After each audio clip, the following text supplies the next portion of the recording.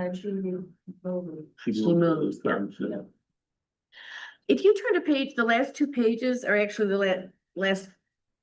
Next to the last two pages in this document I gave you, there's some more information on the capital improvement plan and what's considered best practices. And how to do it. And I'm just gonna ask you to read through it for next time. And then we'll talk about it some more, okay? Do we want to do legal minimum when it comes to capital improvement plan? Do we want to do best practices? What do we want to do and why? And here's some information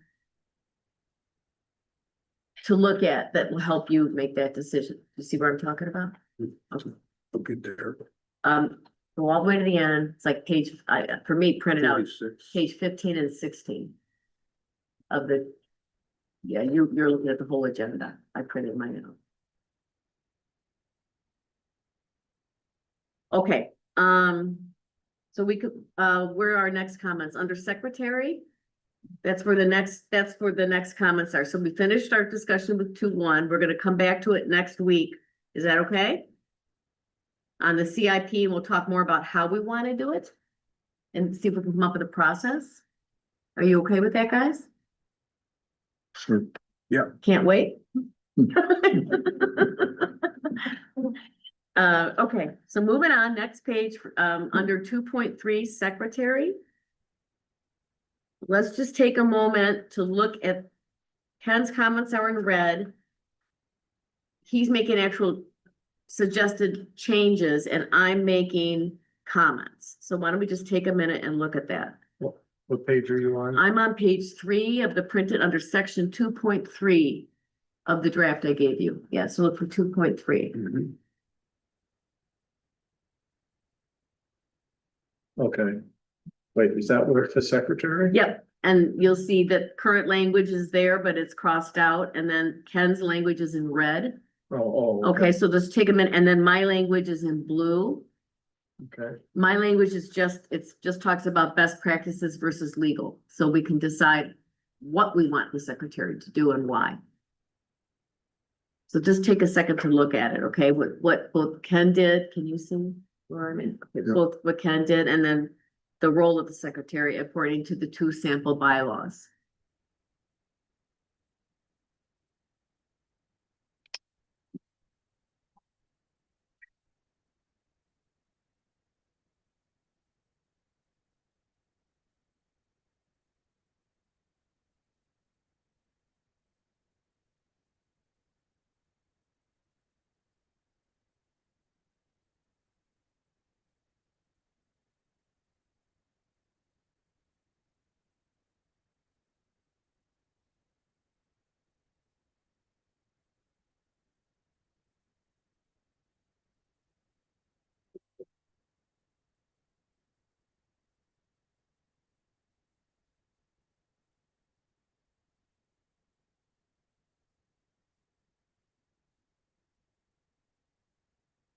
So, did you guys you want a couple more minutes? What do you have comments? What's wrong with the original wording? Well, you're pretty much looking at the original one that's just broken out in section. I don't have any problems with the original wording.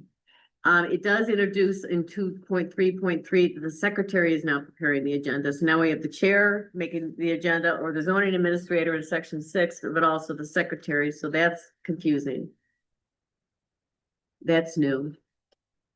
And my own view is Jay's doing a lot. Whereas the clerk is a paid position. So for things like notices, I think that should continue to stay with the clerk. Not with a volunteer planning commission person. That's just my view. I think he's doing a great job putting the minutes together. It's not easy. Learning the iCompass system and getting them done, it's not super easy. And he's not going to prepare the agenda. The chair or the zoning administrator does that. Well, again, our township zoning orders directs our township clerk on what documents she has to publish for the planning commission under the public hearings Okay, so So this, that takes care of all that. You don't need that there. Provide a notice of a public or member of the commission for regular and special meetings. Technically belongs with the planning commission, but we do it jointly with the township board. So I'm not trying to say necessarily that always though, do we're we? responsible for making our schedule for the year. And we give that to the township board. But normally when you make it, it goes up on the door the following day because you have 3 days to put it up on the door. But then we put out another notice, it's a joint one. Okay, I think all that should stay with the clerk is my view. Clerk doesn't do the one that goes on the door You in did 3 it this days. time, I did it. okay. Well, Jay, what do you think about that? You're the secretary. Did you try to get, Jay, did you try to walk them through it and show them how to do it, or did you I just did do the it? same night of the meeting when we got done, I Okay, took care of it. All right, I you just understand what he's deleted saying, the Jay? No, I'll let you explain. no, what? We're required when we change our meetings to publish it within 3 days, isn't that correct? If you change a meeting Yeah, date or time, it is required to be noticed. no, we're still in 3 days on the door. Technically, it's 18 hours. But more time would be better. It's only 18 hours. So it's 72.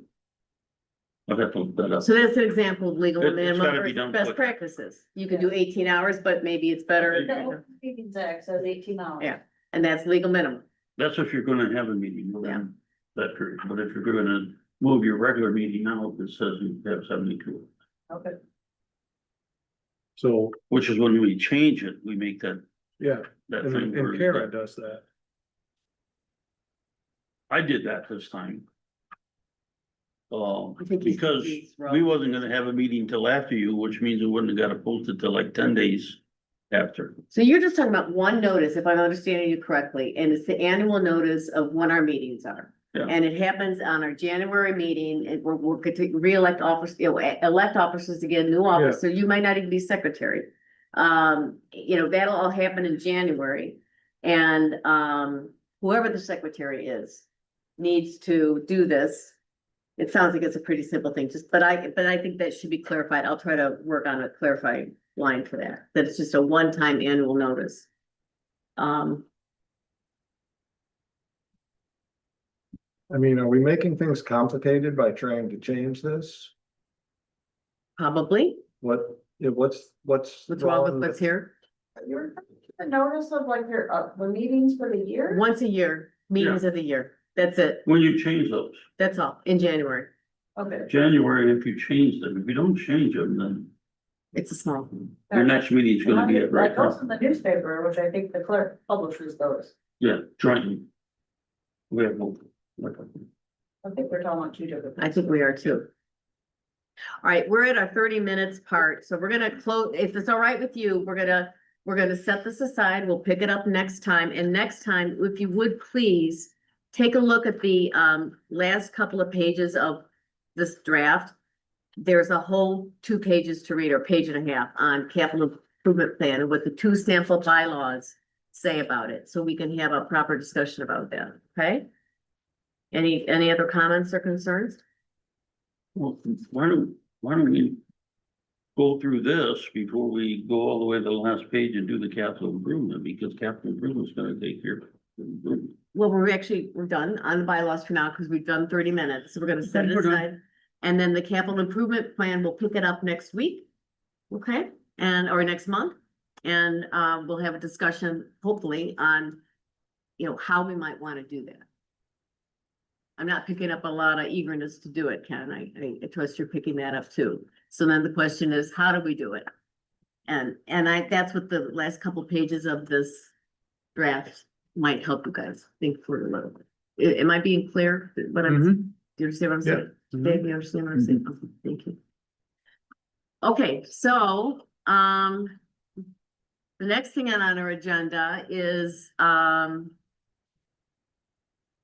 the first thing I want to do is I put a schedule together. So, it's in did you guys, you have your agenda in front of you? I have a proposed review schedule in there to get through this whole zoning ordinance by November. Now, I know that's optimistic, but,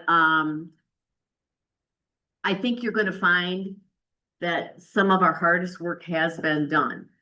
So we've done all the districts, we're gonna finish them tonight, hopefully. And now, and then what we're doing next is kind of looking at the regulation around the district, so it should go faster, it's not gonna be as controversial, I don't think. Am I supposed to have a schedule? It's in your agenda packet This one? online, Yeah. 7? Yeah, page 27. page 27. Right, correct. Yeah. Columbia, section 305 to 308, that one. Yeah, there's a proposed review schedule. Oh, Let me find it in my agenda packet.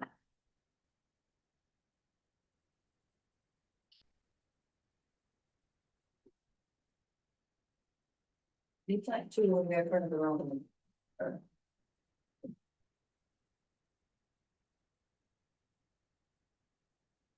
It's towards the very end. There it is. I'm getting it on page 34 out of 46 in your agenda packet. Remember we talked last month about if we're gonna do this, maybe it would help if we could see the end of the line. If we could come up with a process to get through the whole zoning ordinance by the end of the year.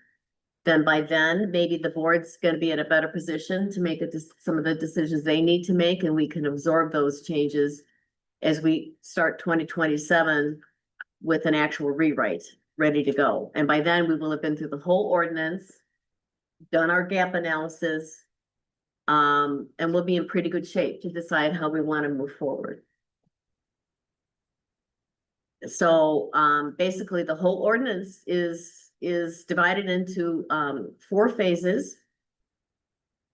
Between July, and November. And I have a schedule where we get it done, and I have a month extra in there if we need to have some extra meetings in December to finish up.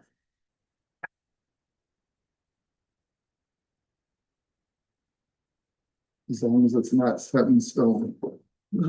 Stuff stuff starts happening. Yeah, it does. Life happens. Yeah. So, yeah, next month, we would be looking at one article, Article 6, on the appellate process, and it's already identified some of the issues there, that there's some contradictory language that,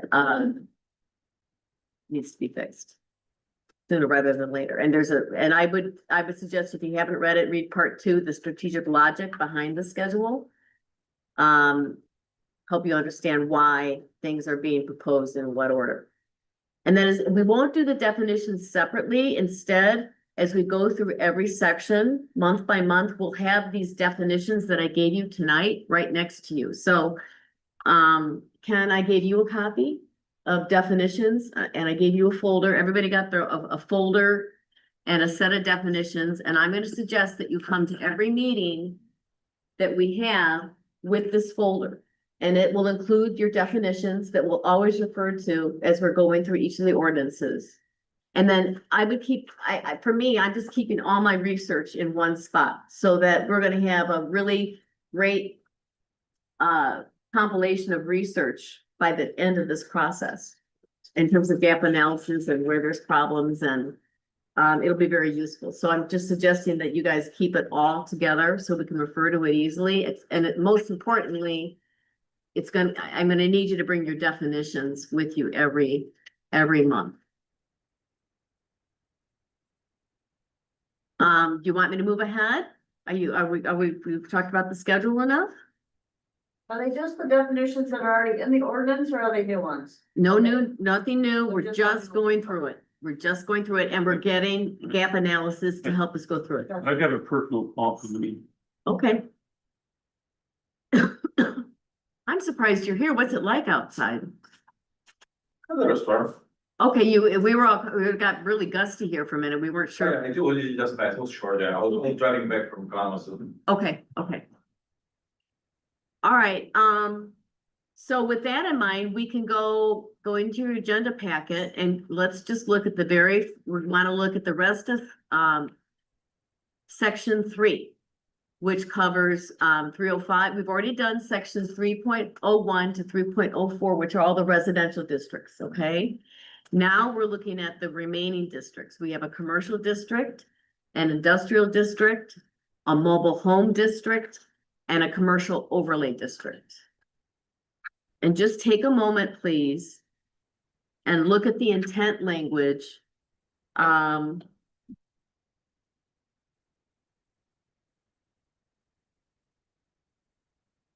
I will point out, I gave you some analysis, I will point out if, to make it easier for you, what it's saying, so you don't have to flip back and forth if you'd like. So, here's what gap analysis says about the intent sections for commercial, industrial, and residential mobile home and commercial overlay. They said, 3.05, commercial and industrial are perfectly aligned in their intent to encourage and facilitate the development of businesses and industrial enterprises to drive local growth. So that was one comment.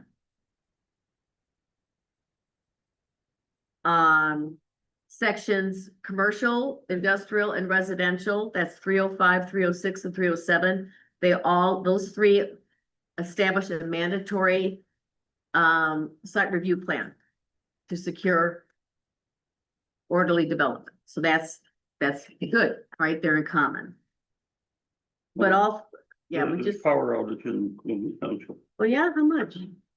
Your house? I got a generator. Huh? I got a generator. You're good, I'm good. but, all that way. Okay. All which way? But as usual.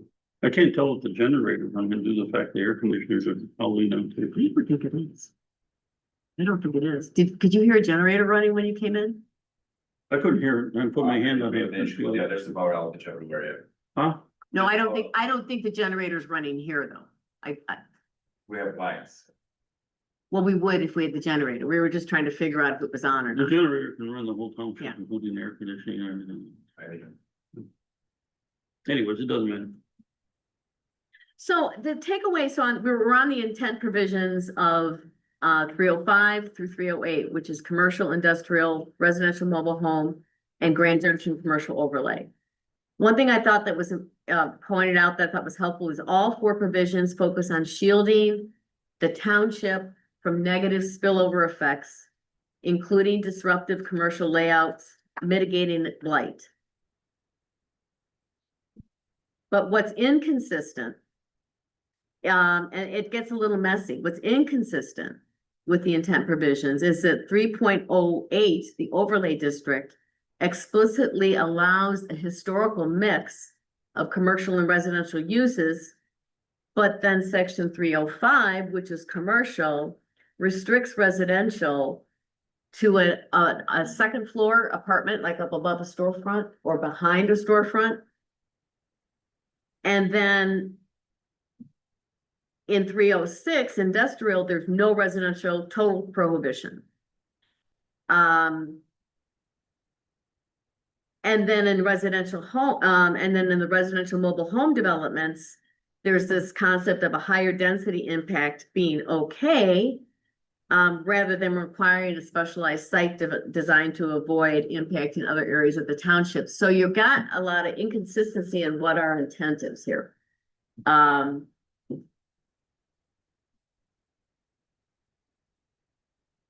Are there any issues, Tasha, that come to mind for you, on these, these specific districts?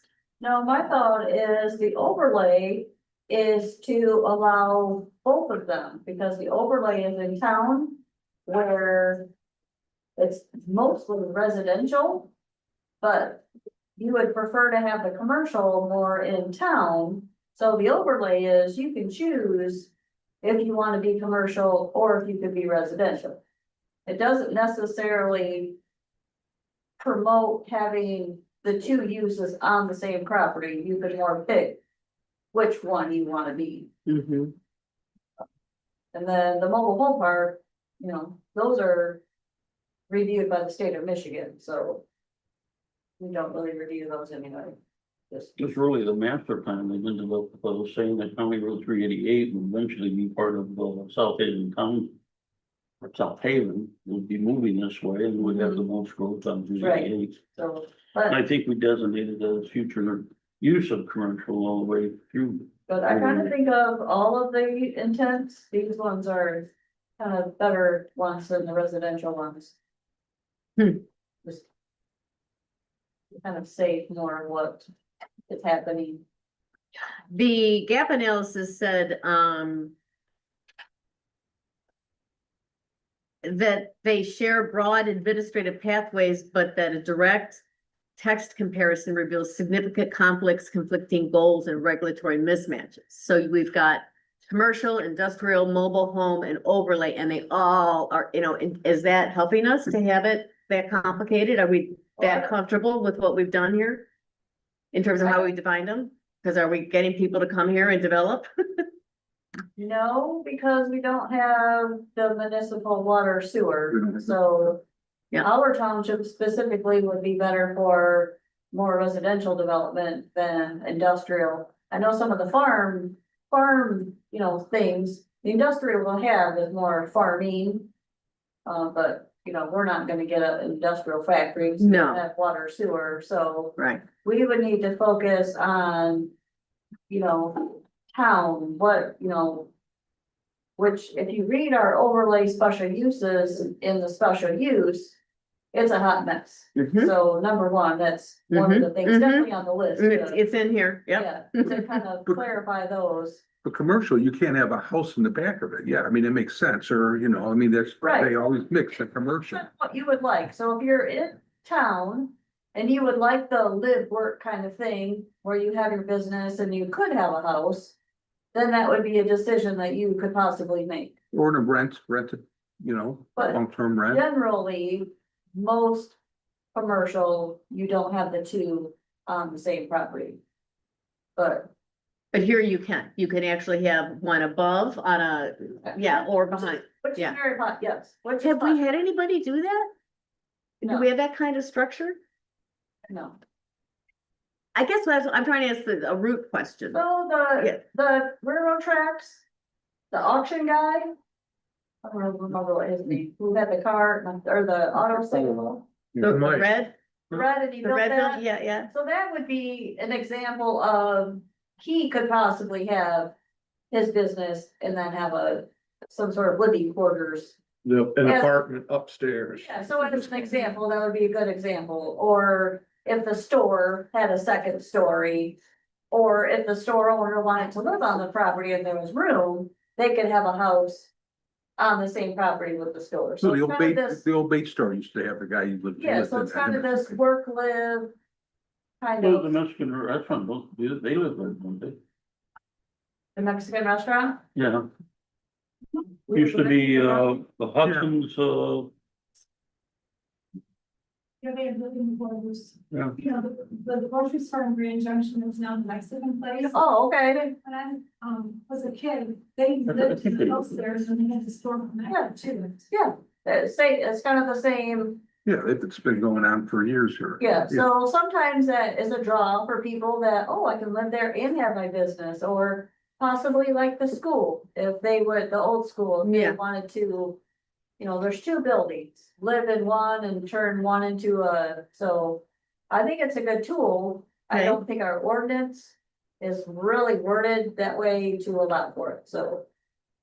When we would get there, we would have some sort of mixed use. In commercial? We In the- do. In the overlay. Oh, in the overlay. The overlay is. Yeah, intent to historic mix of commercial. Okay, yeah, Yeah.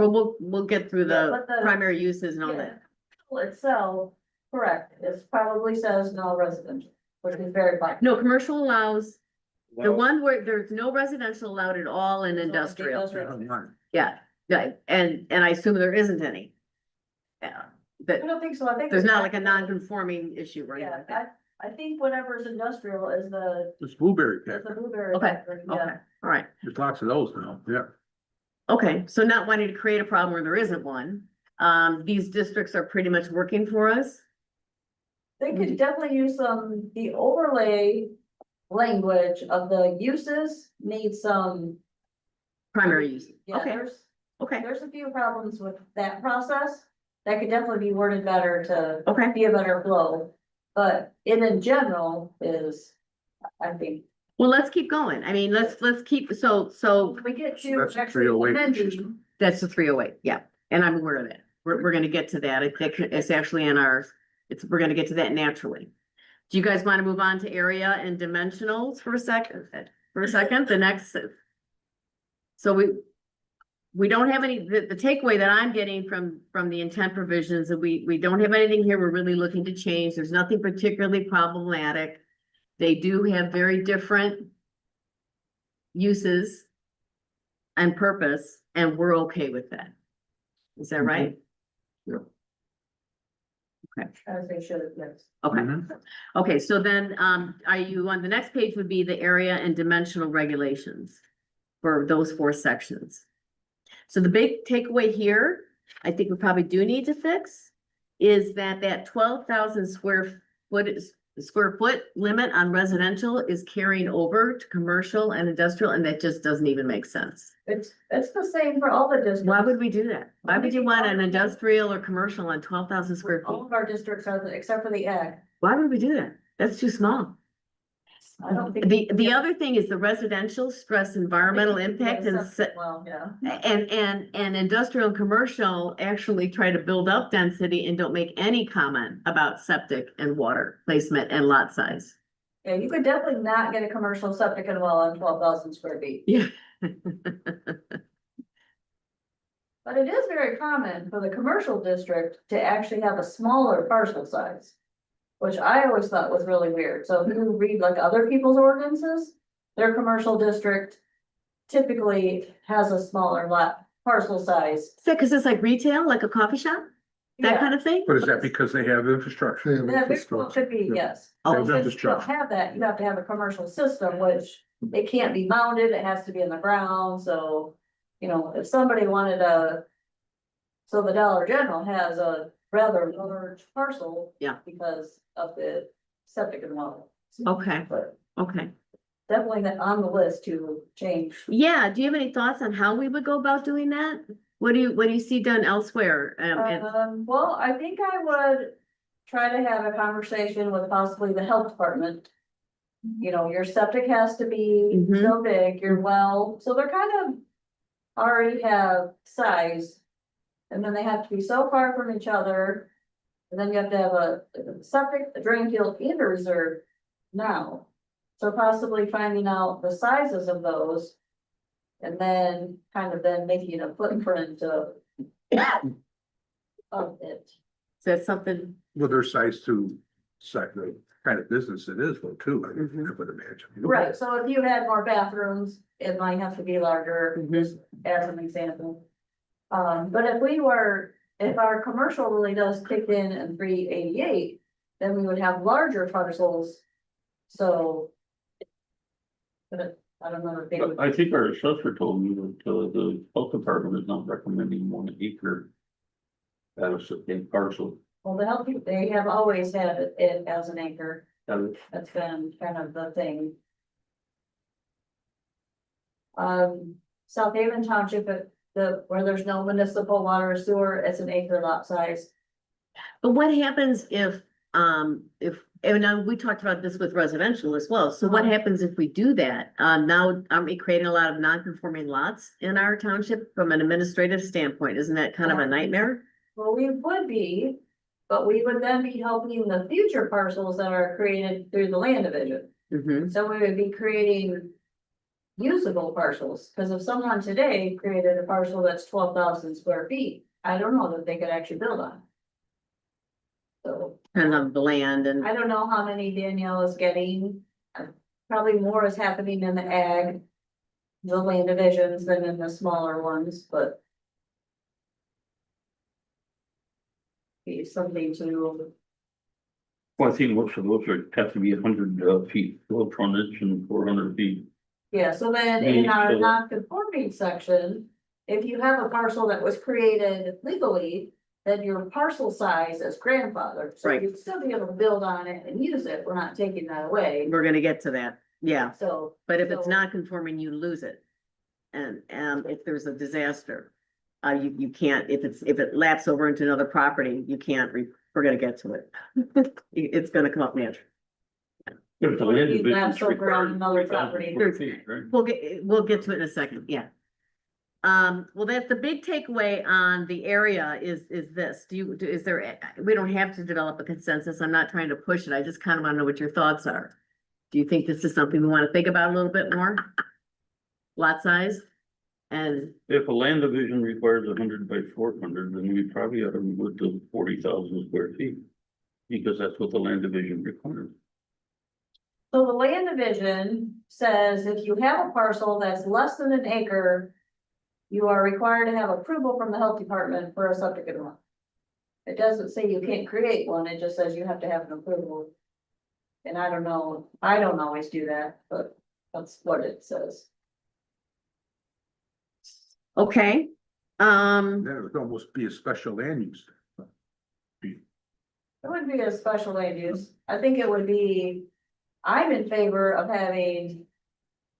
You know, an acre, even in the residential district to, you know. Then fix the 10 acre. If you have 10 acres, the 10 acres is the requirement, if you're under 10, it can be an acre. Why can't it just be an acre for everyone? yeah, it's not, I mean, it keeps coming up, it Yeah. sounds like it's something that needs to happen, I'm just concerned about people that weren't. That have non-conforming lots, and if that's gonna cause Well, it problems. would be a non-conforming lot, but, It would be a non-conforming lot, but you would still be able to use it. yeah. But if you wanna build on it or You can build on it. expand, Build on it. If you can, I mean, some of you You can't. can, yes, But you gotta get your septic and well from the build on you can still do that, yes. it. Yeah. okay. Okay, are you okay if we just keep moving as we're, Mhm. and move on from area to primary uses? Principal permitted uses, which is just for me in the next page.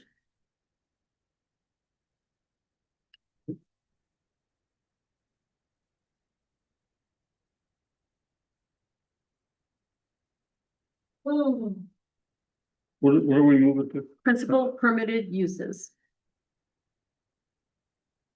I don't think I have, let's see, what do I have?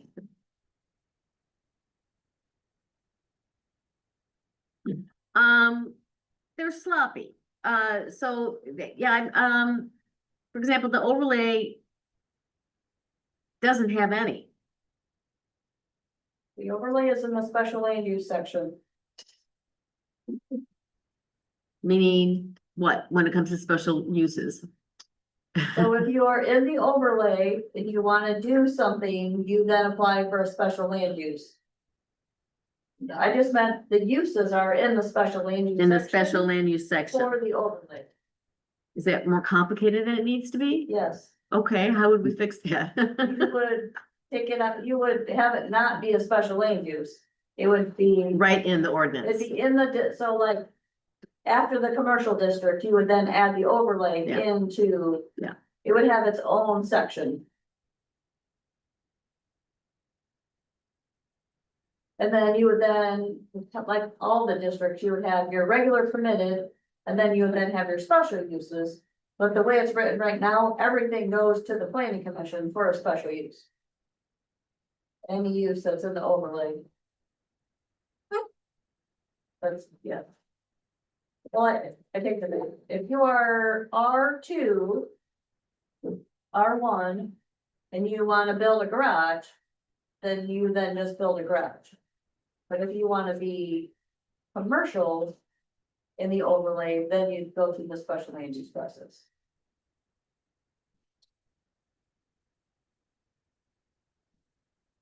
So what's wrong with that? I kind of like the special land use process. So you have, yeah, so it's already a special overlay, which they're already allowed already. But that.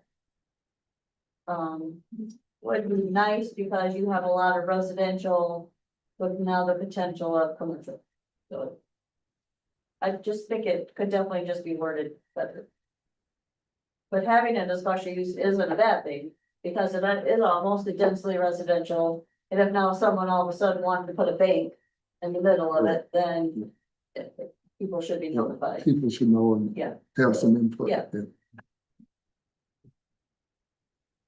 Yeah, and, we were talking about 308 and what the gap analysis said and what Williams and Works said is in section 104 of our zoning ordinance, it says uses not listed are strictly prohibited. correct. But then, so then you look at overlay and there's nothing there. So we need to fix that. And I think we've already addressed that we could Yes. just put it into the ordinance as a fix and get rid of that issue of it being confused with.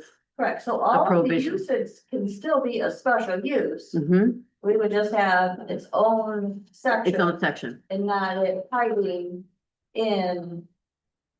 Cause in the ordinance, it's called small scale commercial. In the small scale commercial, and then you then go to. The special land use section. Which is very common, which is, yes. Has anything come up, in terms of permitted uses in any of these districts that we need to be aware of?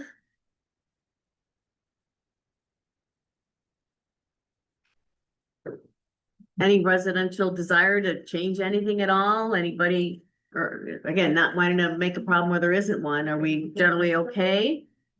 Other than this one issue that we've identified with section 3.08? I find it kind of odd that it doesn't have, oh, maybe that's in the studies. Like a.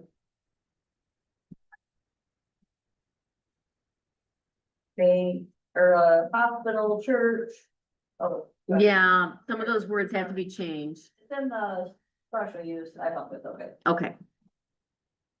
I think that's the big stuff I think that's the big stuff that was caught on, Normal. pretty yeah. normal, yeah. Store, an office, a bank, gas station. The single family home that's attached, if you have a commercial, you know, that's all very. Very common. Sale. Hotel, attached dwelling. The one accessory building no larger than 720 square feet is kind of odd in the special use provisions. Well, are we ready to go? We're done with principal unit? I'm sorry, That's okay.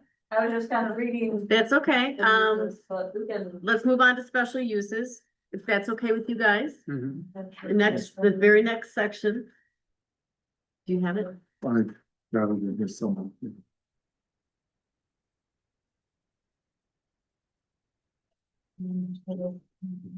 So let me see if I can get this right. I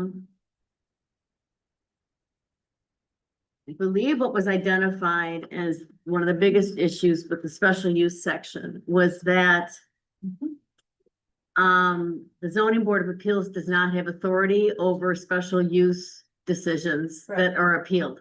They should not, They should not? they should not. Can you help me understand it? It's not a good practice to let the zoning board of appeal for a decision of a special use to go to the zoning board of appeals. They should go to the circuit court. Oh, Yes. okay, So okay, in the okay, zoning enabling act, okay. you have the choice, but they really prefer you to not have the ZBA. Kind of Okay, like site okay. plans or PUDs or any of those They things. all skip over the ZBA. Yes. What does go to the ZBA? So they would be like specific dimension things.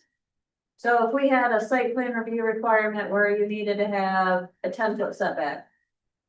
And then you wanted to have 8, then you would go to the ZBA, Okay, but they can't. appeal more like a the- variance? Yes. Okay. They can appeal the decision, so if the planning commission says no. Hmm. And or the board says no, they can't then appeal it to the ZBA to get a different answer. They would go to circuit court, And that's consistent with best practices? yes, In your experience? yes, Okay, you guys get all that? yes. Mhm. Especially since the board is the final body in the special uses, so Mhm. now we have all of the bodies, and there's people making decisions. On the planning commission and the board, and then now it goes to the ZBA that has a person who's already made that decision. So it's kind of a conflict kind of thing, so. So here's one thing that the gap analysis pointed out that maybe you could help with. Inside the communication towers conditions, which are allowed by special uses in 301, 302, 304, 305, and 306. The text explicitly declares nothing shall prevent an applicant from applying to the zoning board of appeals for a setback variance. I guess that just falls into what you were Correct. saying. Yeah, It's, so if you, so in the ordinance, there's probably like a height or a Uh-huh, wall zone okay, or okay. something. So if they needed a variance from a specific condition, they can go to the ZBA. and in your experience, that doesn't open the township up to issues at all. No, because the That's helpful. ZBA is not approving the use or Okay. the site plan, they're only approving that setback. Okay, okay. Or that number of parking spaces, or what other dimensional thing that. They're not changing the decision. Do you guys have any questions for them? No? Anybody have any? Nope, it's all good so far. Okay, now, Vijay? Okay, shall we move on? Mhm. To, should be, accessory uses. We haven't done that yet. Do we not have accessory uses?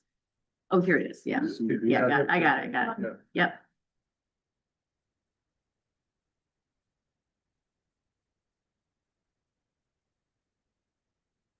Okay, that's a little accessory, okay, so you can tell looking at it, it looks a little different.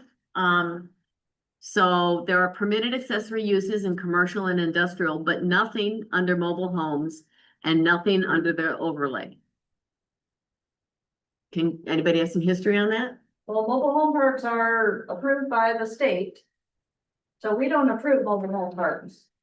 What if I want to add an accessory building, a little storage shed or something? Then Does this- then that is then, We don't have any in the township yet. But if we did, so it would. More than likely fall under. It should just be already listed as like an accessory building with your permitted uses. Which is one of my pet peeves as to why. It's separated and not. is it altogether. under permitted? Let me check real fast. Principal, no use shall be permitted unless provided except for mobile homes, mobile parks. Accessory buildings customarily incidental to, accessory buildings and uses customarily incidental to the above principal permitted uses such as parks, plays, playfields, service buildings, home occupations. So it's a little vague. Mhm. I mean, yes. You made a note of that? Yeah. Yeah, okay, okay. Do we have a district on the map showing where the room located? No. You don't even have a district. It yet. might be, so, I don't know what our ordinance says, but the new popular thing is. To have the district, and then as part of your district, when they find a parcel, then you rezone it to that district as part of the approval. If it meets the requirements, so it's like a rezoning when they find the parcel. Well, we had to dedicate one in the master plan. We had to dedicate an area in the master plan for future use. Yeah, I don't remember where that ended up going. Didn't that go on the backside of Little Bear Lake, the 7-acre parcel? But yeah, that's kind of an odd thing because the state of Michigan actually approves the mobile home parks. They, yeah, so they're, I don't really know what part we play. Oh, sure, you can have it there.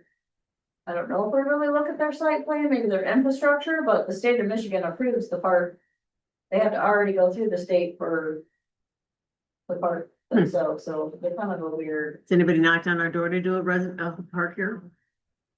they don't really have the infrastructure. Yeah, this doesn't really talk to that at all. So how much do we want to put into this district, the residential thinking in terms of the residential home district? We don't want to be caught off guard if somebody comes forward. Well, the state's got to determine it. Well, we just did the South Haven ordinance and they kind of did that, so kind of see what that language says in our language, and maybe we can kind of Borough, borrow that kind of idea. Kind of make it still legit, What does it say? huh? What does it say? What does what say? South Haven. I don't have it memorized. Oh, I thought you had it right in front of you. Oh, no, sorry. They're You put it on reviewing, paper. they're reviewing their whole zoning ordinance also when we kind of got our first draft. And I remember that we had, kind of did that same discussion. So here's something the gap analysis that picked up on accessory buildings. It says an accessory garage on a vacant lot via a special use permit in districts 301 through 304, that's all residential, provided both lots are in common ownership and an agreement is recorded blocking them from being sold separately. So, we didn't really talk about that. But it's also brought out that, once you put an accessory building on an adjacent lot, under common ownership, as the owner of that lot, you're now prohibited from selling it as a residential lot. Is that true?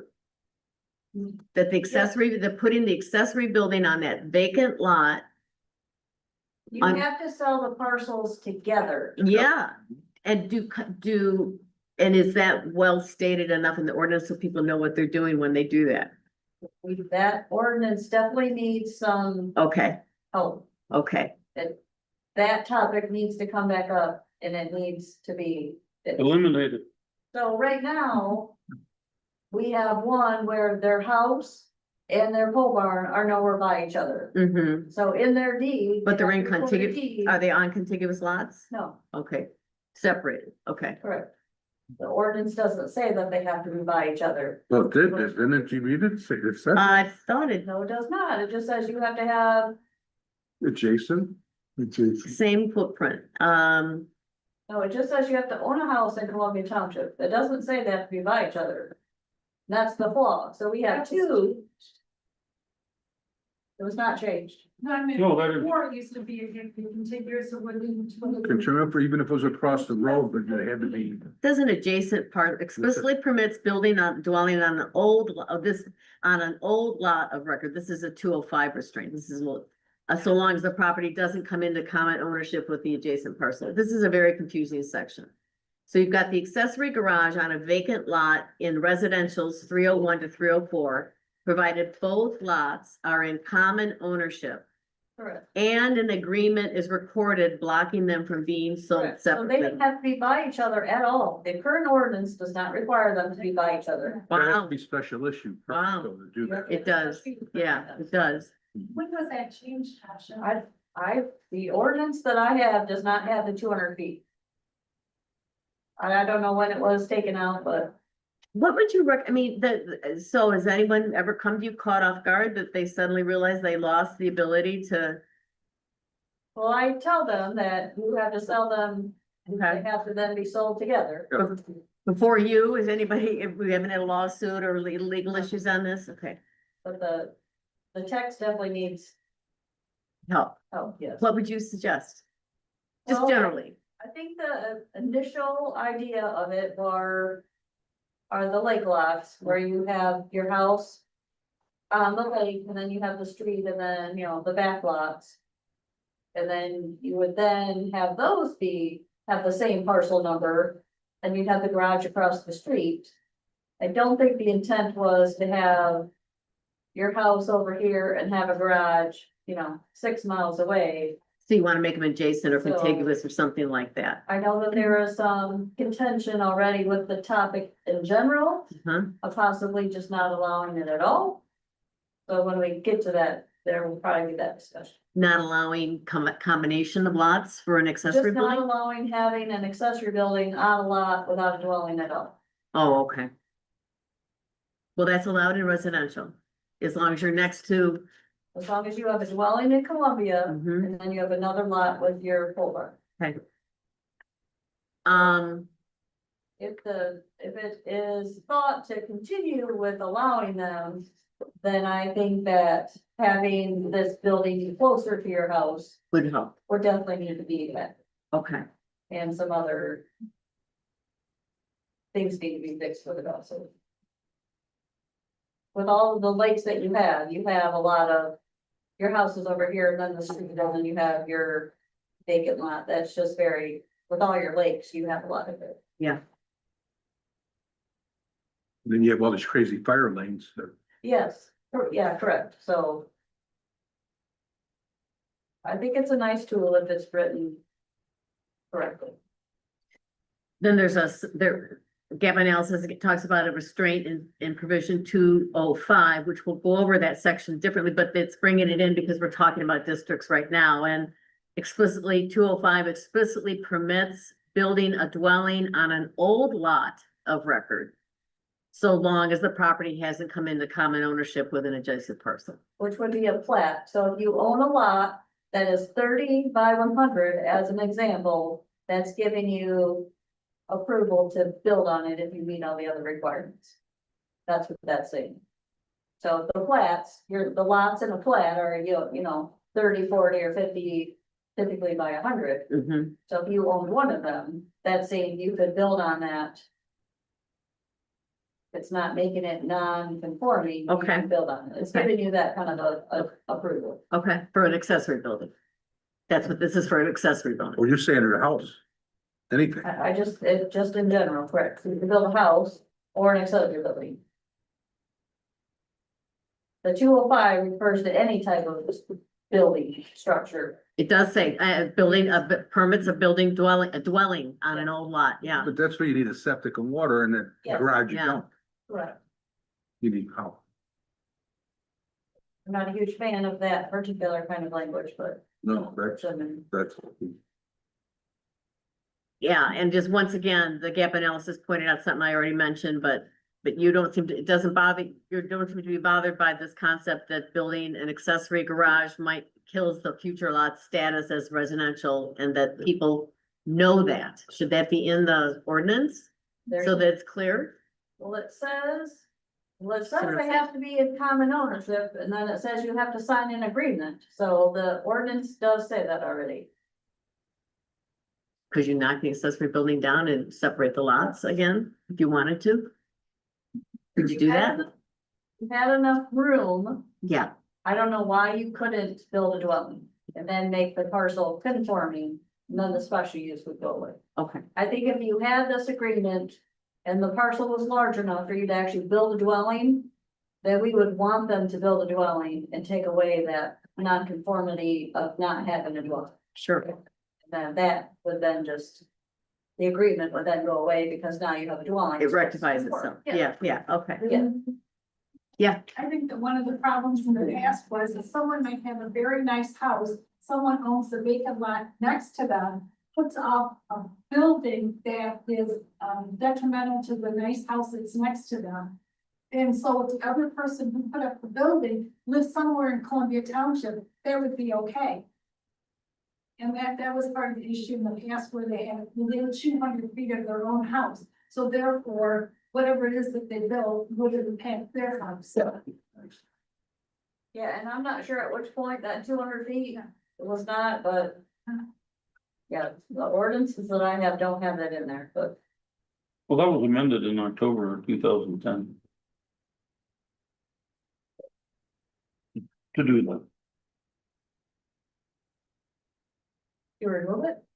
you should be, I mean, that would basically you had all, To lakefront remove the property. whole thing in general, maybe? Don't think that you should be able to build an accessory building on a vacant lot. Way from you. I don't, If it's adjacent or maybe within 200 feet, that's one of the things, but yes, I also don't think it should be a lakefront property. That's just gonna deteriorate the property and everything. so yeah, so that section, I think definitely could use it. That's also on the list. and then, want to take a quick look at special uses? And that gets us through the whole section.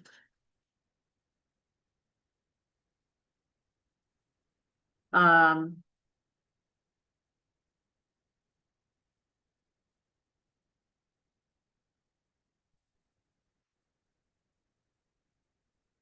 think we've already talked about the things that were raised by the gap analysis. We talked about the special use and the appeal issue. We talked about the communication towers. Anybody aware of an issue with special uses in these 4 districts that's problematic? Well, I don't know, I think we gotta take a good look at chemical manufacturing or processing in our township or asphalt manufacturing. Mhm. Would you like to take that off, is what you're saying? Well, the chemical one's pretty dangerous. Mhm. We don't have the facilities to be able to handle.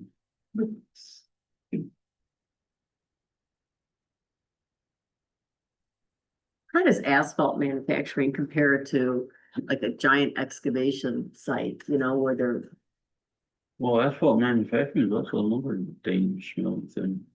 Yes, it's like a mining site, but it burns and And you- it creates yeah. more than dust. Yeah. Do you want- And then all the trucks and everything else. Along with What kind of industrial uses are we open to? blueberry packing. That's- Yeah, which is, yeah, a different sort of. Yeah. We're not. You We don't guys, have the water, we don't have the sewer. And we the don't blueberry have guys are using a lot of water too. okay.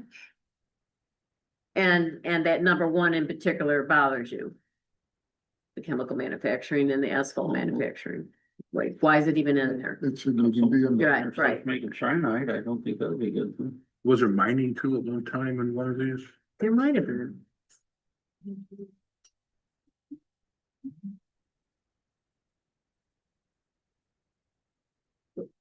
They're calling, mini storage facility an industrial.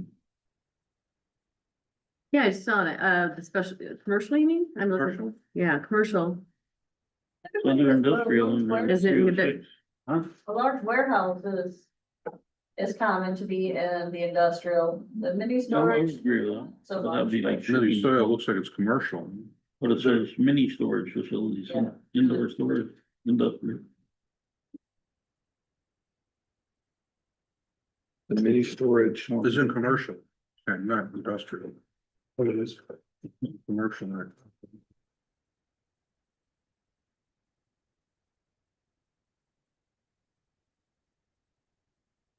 Couple other things to point out. Just on districts generally, Oh, no, they got it in both places.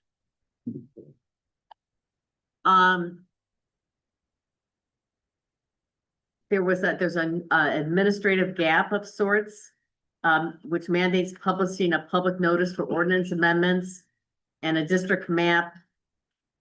In the city of Columbia, but we're a township. And, the gap analysis is copy pasting boilerplate city code leaves all rezoning actions within sections 301 to 303 vulnerable to legal procedural challenges which developers could contest noticeability. So that's just a minor thing, I think, but that was one thing. And then the other one is, in section 206, unenforceable evaluation baselines. It dictates structural evaluation and waterproofing mandates for structures in the flood hazard area. If the repair cost hits or exceeds 50% of the assessor's valuation of the structure. But the gap analysis says modern statutory practices require grounding this trigger in the actual market value of the structure before the damage occurs. Do you have any familiarity with this? Yeah, it says the cost would exceed 50% of the assessor's Uh-huh. valuation. That could possibly be changed to just a different word other than the assessor's evaluation. What about this thought about modern statutory practice uses market value before the structure was Yeah. demolished? Is that Something, yeah, passes the best practice or legal minimum types, you know? Is it, Yeah, what you would comfort, or an appraisal or something or other, but yeah, whatever. Cause yeah, the assessor. They evaluate things different than the Mhm. market, I Mhm. guess, with that. Mhm. Okay, Yeah, so maybe, an appraiser would need to do. But right, you would have to have your home appraised before. I don't know how that would work. But I think, yes, changing the assessor's valuation to another form of evaluation would be better. Would make some sense. Is there anything else that strikes you guys? Because we got through it all, at least a quick look at it, beginning to understand. I mean, our districts aren't in too bad a shape, huh? Got some stuff to do, but we're not changing the world here. We're just cleaning it up. Anything come to mind for you? None of these ones, no. Okay, Probably only because we just don't get a lot of it. So, but, if we do get the 388 possible commercial, then we would just definitely want to think about, do we want all these uses? And again, we don't have the infrastructure. I'm gonna look real, So most of them anyway, so, We see it coming, then we yeah. see the infrastructure Right. coming. That's it, yeah, it's not. there are a couple of definition issues that were raised. We've got just a couple minutes left. This won't take long.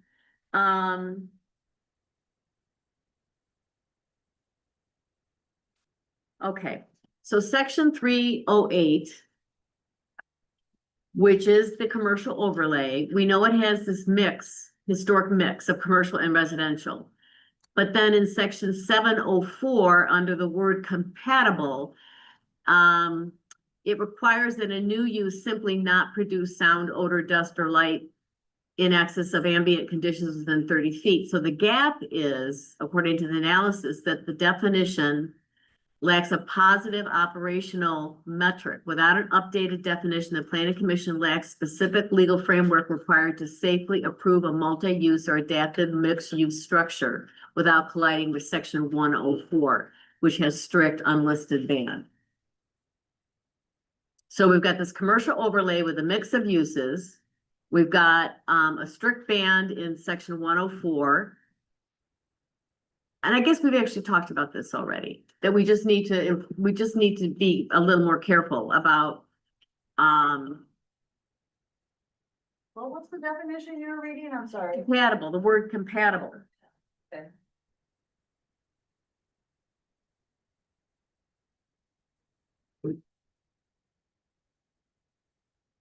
I think that's an odd term. It is, and it's a long definition.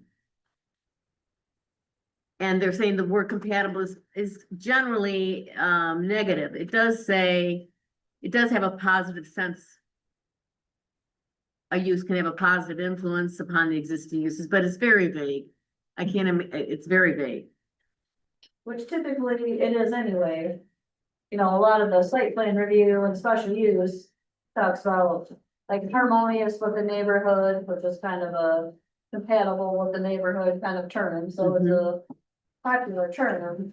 But yeah, the definition is so vague that, Maybe that can be tightened up. And then another issue is, under the definition of a dwelling, multiple family. Oh, pardon me, attached dwelling, go to that first.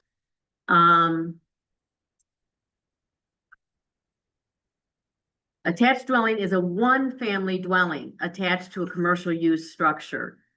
The gap is that separate residential dwelling units, you are allowed in section R2, you're allowed to have two-family dwelling units, Meaning a duplex. meaning a duplex, yeah, has a different definition under dwelling.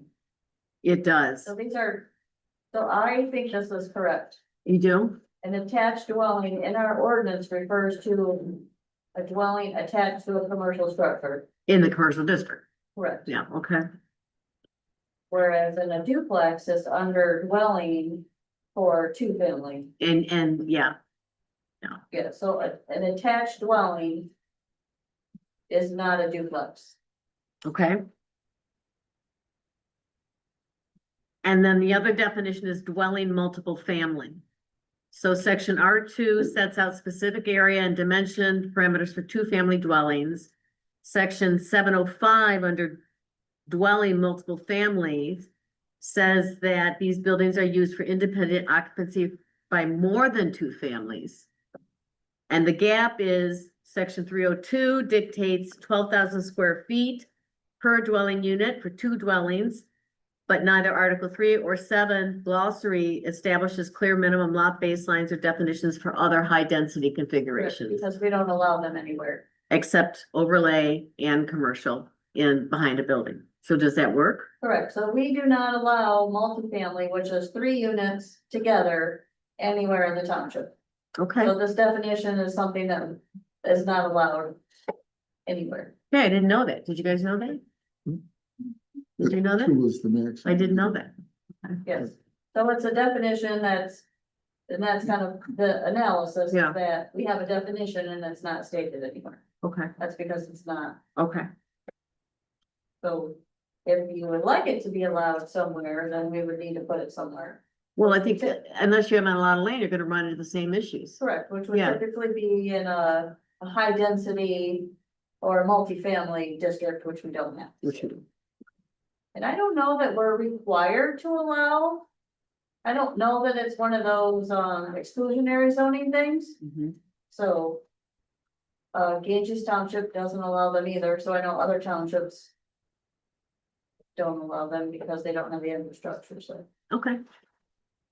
And then, there's one other under the word, building permit versus certificates of approval. So apparently throughout our ordinance, it states that zoning compliance is explicitly dictated through certificates of approval, but in Article 7, definition of building permit is, it's the right word, is building permit, not certificate of approval. So there are 2 different things. Okay.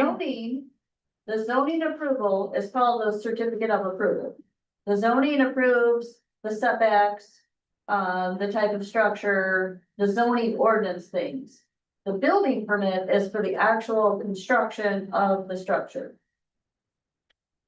The definition incorrectly refers to the zoning code enforcement instead of the construction code. Says the building, a permit signifying compliance of the provisions of this ordinance. With the requirements of other development codes and ordinances currently in effect in Columbia Township.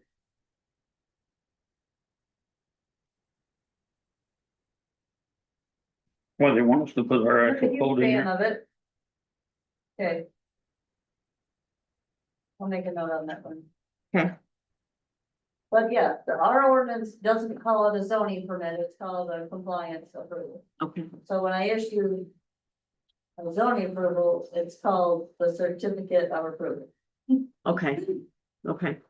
And then the final thing is, farm and ag. So the definition of agriculture is, the definition of agriculture is very broad. The definition of farm is, requires contiguous, unplatted parcel not less than 10 acres. The gap is, in section 7.10, there's an intensive livestock operation provision, and Williams and Works pointed out that this definition is redundant and functionally obsolete. It fails to align with cross-reference gap practices, creating a major legal risk for enforcement on parcels under 10 acres.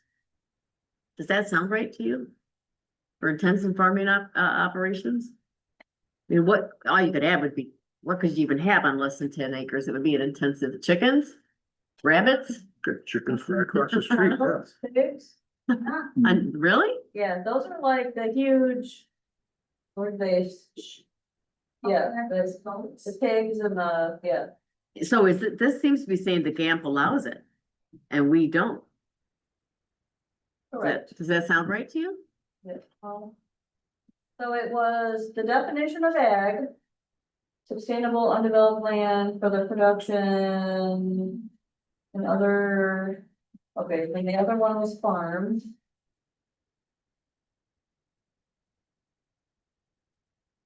Intensive livestock. Okay, so our zoning ordinance. In the agricultural district requires is a 10 acre, Mhm. so maybe, however, correct, the right to farm, you can have any size. Right, You can. so be we any need to size. fix that, Correct. so right? that State could law be- prevails, right? Right. Okay, you guys following that? Mhm. Okay. Then the people could be able to have their chickens and stuff, Mhm. are they? Mhm. Mhm. What do you live out here for? Yeah, oh, I get it. But then where do you stop? Pigs or? Well, but this is what we're talking about. I know, Yeah, I that's, understand but I think the issue is with GAMP, it's a state farming issue. You can't stop it. Our hands are tied in a lot of ways. So if you follow the GAMP, then you are protected under the right to farm. So they are generally accepted management practices for farming. And if you follow them, then you are then protected under the right to farm. Okay, That's kind of how that. okay. Do you have any other comments about what we did tonight? No, I think it was a really good definition. Or definition. Discussion, sorry. Okay, yeah, I am finding it really helpful to have some, this gap analysis stuff done and picking stuff out that would take us hours and weeks to figure out. You guys have any other comments? Dave, this work, this okay? Nope, doing good. It's okay for you guys? Yeah. Right? Mhm. Jim? Right. Public comment? It can require a survey before they do, the use of building permits, to make sure that that takes us to that. I don't have any, And, okay. no. I don't have. That might be more popular in cities. But I do mostly rural communities and none of them require a survey Okay, for a building. permit. Should we? Require before a building permit is finally approved that it goes to a planning commission. The actual building permit, Well, like the blueprint or whatever, that the planning commission has to agree to the building, that everything is proper before it is actually issued. none. Done, okay. Yeah, the planning commission doesn't have jurisdiction over the building code. They would approve the site plan. Right, okay, well then the site plan, how many, Oh, all of them, yes. So if you build a building, they all have site plan review requirements. right, but how many, planning commissions review site plans? All of them. Except for we don't. You approve. But, let me take, for like regular single family homes, Yeah. okay, I'm sorry, none. Yep. I'm sorry, I misunderstood, none. I was thinking commercial, I'm sorry. UDs. Regular single family homes, none. The zoning administrator. So in your like site plan review section, it says who does the approvals. In all of them. Have the single family homes have the zoning administrator approve the site plan for that. Many years ago, we used to Yeah. get a copy of that. For the planning commission to review and see how things work and basically just to see each one of them. Is that done other workplaces or is it just? No. That was very time consuming, I remember doing that. You remember doing? Any other public I could comments? tonight? definitely provide the site plans and. Yeah, it ended up being very, you remember us doing that, Dave? Yeah. We it did it was- for a while.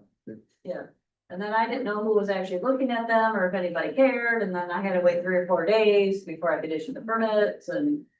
Well, I think in '99, when I was on the planning commission, we reviewed them, but it was more of a learning process for the planning commission. What to look for, what you're doing and what Yeah, you're looking for. I But I think I could definitely provide the ones that. Elizabeth something or other was in planning or zoning administrator. Long time ago. Back to the question about the survey. There are times when the setback is the minimum setback, like let's say it's 10 feet and they want the structure at 10 feet. There are times when I would like to have a survey for those particular situations. So I think that could be something in the ordinance.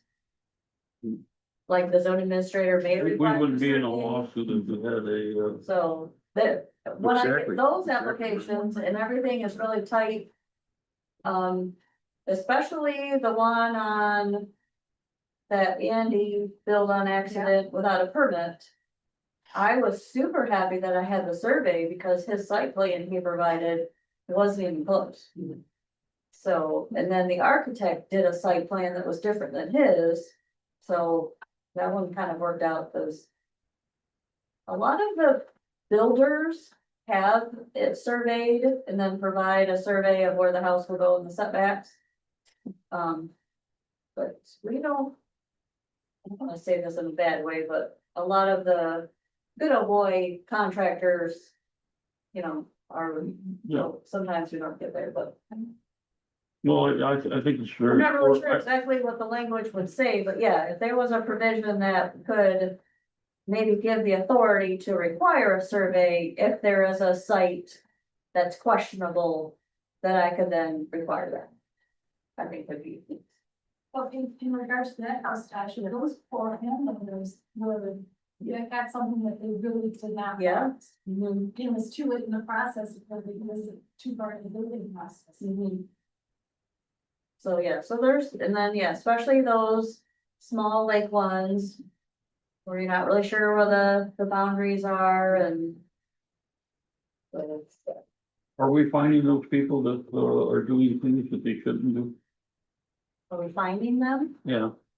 Our ordinance says we can find them, We could find them, no, actually, I was reading, I need to get that out and make a big huge note on my desk. Cause I was reading the fee schedule for something else the other day, I'm like, oh. That's $250 if you build something without a permit, so whatever's happening on those crowds property, what is that? Where is the cross property? Where is our list of Dave? fees and I've been trying to, are you aware of where we have a list of fees for? Yeah, the township has an adopted fee schedule. I don't think it's on the website. I've been looking for it. I can't find I it don't think anywhere. so. I'd love to see it. Somebody has it, send it to me. I'd love to see it. Do you think that the penalty is like $250? I think, Probably per day. no, so No? if you build a pole barn without a permit as an example, and I have to send a letter, there's like an investigation fee and the fine is $250. Oh, So basically, the risk you want to run is paying an additional $500. Right. Oh, Yeah. We're turning on your building. But you can't carry. Oh, but then you have to apply for the permits. You still have to get the permit. You still have to comply and get the permit. Yeah. So you're in a real Apply, it's different trouble. thing. Yeah, but the thing of it is that we might not ever find that for 5 years. that's true. Because we don't even know what's being built in our That's true. township. We don't. There's a lot going up There's right now too. there's houses in way in the There's back all that- kinds of stuff going on. I think that we're new process, we're out and about and catching some things and There's some major trying, I digging. guess. But yes, people build back in the woods and we don't know, and if the assessor happens to More than $250. go there, so. Is there anything you want to say about the report you submitted? I did not get it on the agenda. That's my mistake, but it'll be attached. Is there anything you want to bring forward? Oh, it's pretty. Any building permits? Yeah. Building permits. Okay, and where are they located? I don't know, I don't have that on this list. I have the zoning permits I issued. 215, 384, 380. Ruth gets a copy of the building permit report. Okay. So have you had a zoning compliance on 24? No, Okay.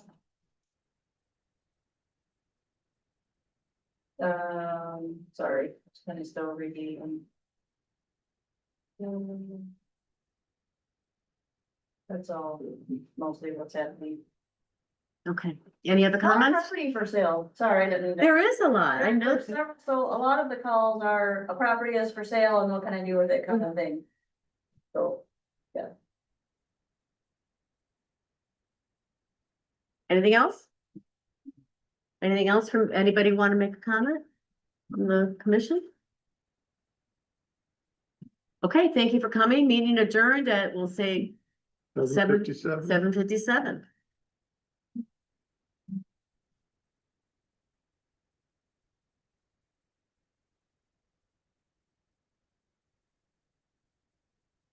Dave, I think you got power. Yep. Yeah. You got a generator?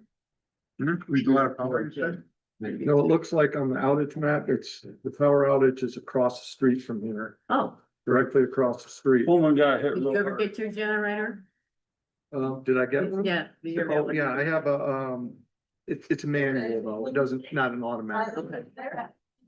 It's a transfer switch and, yeah. I have a. Yeah, yeah. Suicide. Yeah. All that stuff, they even, Wait, made it you don't miss it. That's not the cold area. Just keep them short. Yeah, In red. yeah. So hopefully that Yeah, I wasn't got paid hit for. hard. So why should? Okay. It's not easy. Why should? No, it isn't. Nothing's easy there. Those But- are circuits. I don't know better. That's my circuit. Short. My, So- driveway. You have the insights ready to go. Well, yeah, no, they're doing a good job that way, just Yeah. keep it. No. Yeah. I can't think of Pleasant, you know. No, it's just, I was really tired today. This one gets Noise, first, crack that jokes gets and- second, that It's gets certainly, but that third. is kind of your job. yeah, Glad. I don't expect to have power in the next 20 hours. All right, hey, everybody. Good night. Yeah. Ken, Okay, okay. I have a new estimate on seasonal visitor that is we're working on it. You know what number I'm going with? And I'm What's very seasonal visitors for our application. You know what number I feel? Sometimes they know things 77,000. before I do, so. What? Seasonal population. You know why? As of right now, I don't think that's. Because I found out that our fire department has automatic aid and mutual aid. I didn't know there was a difference. I had just only heard mutual aid. So I can count as our population, not just our township, but the automatic aid that we get from Bangor and Lee Township. And then there's another 4 or 5 communities that are in our mutual aid block. And we all have seasonal populations, minimum 25%, but I'm giving us 35% because we have the 14 lakes, and that's appropriate for my research. So when you put it all together, our maximum seasonal is 77,000. The number- 77,000. Well, that's including several townships. Yeah, but that's the way it works. Yeah. And the other thing I thought about, I got through the whole application online, so just about all the data is in, not quite, I mean, but I'm almost there. And, what's my thought? So this, You print off a whole, yeah, you're gonna see it all, yeah, you're I gonna, wanna send it to Peters. He's still saying he's gonna support us. Our senator. yeah, I know you don't think he's gonna do anything. it's a different grant program, there's no even. He didn't care what grant it was because he does all the grants. Yeah. Okay, I think you're confusing the grants that Peters does as US congressional grants, and they are available every year, and I looked, and it might come up next year. Grandfather. We looked at this. He explained to me that he had a group of grant writers that write for all grants, and they're gonna look for a grant that comes up. They told me about this grant that came up Oh, and said that they would help us. I gave you her name. I never heard from them, did you? Heard that they wanted us to contact them and they would look at what we do. Okay, I'm submitting in a week. So Send me a copy. I'll give it when to her. I'm ready to, I will. We are almost done, and She might have some time to work on it. she won't have time. Huh? She won't. Yeah, I'll talk, if you wanna tell me who to talk to, I think we're talking about different things. So by all means, share with me who it is you're talking with. Okay. Seems to me there was something else I wanted to point out about that. Oh, the other thing that occurred to me. Huh? The other thing that occurred to me on the narratives that we're writing, the critical infrastructure, because of our mutual aid. And it includes covert. I'm gonna go back through that and I'm gonna include for sure the nuclear plant and anything else like that I should, in the townships that something happens, we're a part of it. We are. I didn't realize we went as far as covert. Did you? We'll go all the way up to the ski resort. So. We practice with them annually. I'm getting water up to the top of the hill. Well, this is going in a week. I will have more questions. I'm trying to leave you alone and having others, answer questions for me. Well, I got till Friday to get that concrete down, so. Well, Jason took over the budget stuff and he fixed it, and I think you'll get an email on that. This is still on. There were several errors. I'm gonna let him tell you what they are, because I didn't do the work. Mary and Jason did. But, I've got all that now. And, we'll move on. Got it. You want to turn the air off? Was it on when you come in? No, I turned it on hot. Yeah, you can turn it on. Oh, all right, have a good night.